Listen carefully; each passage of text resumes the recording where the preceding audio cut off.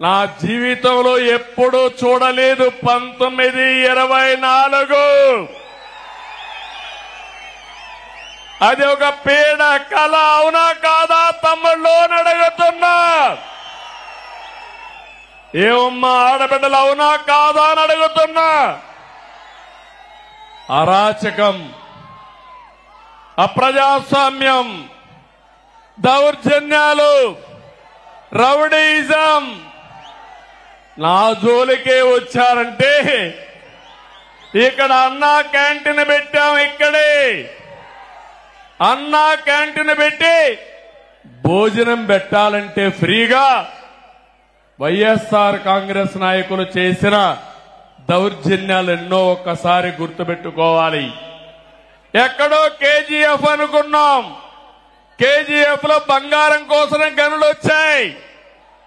కుప్పంలో గ్రనైట్ మొత్తం దేసేసి మళ్ళా కేజీఎఫ్ ను మరిపించే విధంగా దోపిడీ జరిగింది. అవునా కాదా అని మిమ్మల్ని అడుగుతున్నా.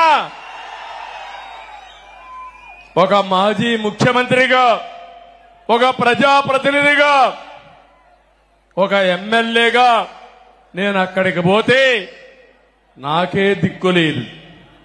నేను కుప్పానికి వస్తున్నానంటే జీవో నెంబర్ 1 తీసుకొచ్చి మన మీదనే దాడులు చేసి మన వాళ్ళని కేసులు పెట్టి 30 మందిని దగ్గర 10 మందిని 30 రోజులు జైల్లో పెట్టారు. ఏం తమ్ముళ్ళు మర్చిపోతానా, ఆడబిడ్డలో మర్చిపోతానా అని అడుగుతున్నా. నా జీవితంలో మొట్టమొదటిసారి జైలుకు కూడా పోయి మన వాళ్ళని పరామర్శించా. తర్వాత నన్ను కూడా జైల్లో పెట్టే పరిస్థితికి వచ్చారు.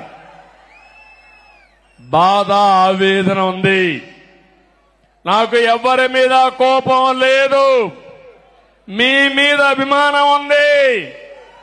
అందుకే చెప్తున్నా, కుప్పం ఒక ప్రశాంతమైన ప్రాంతం అవునా కాదా అని మిమ్మల్ని అడుగుతున్నా.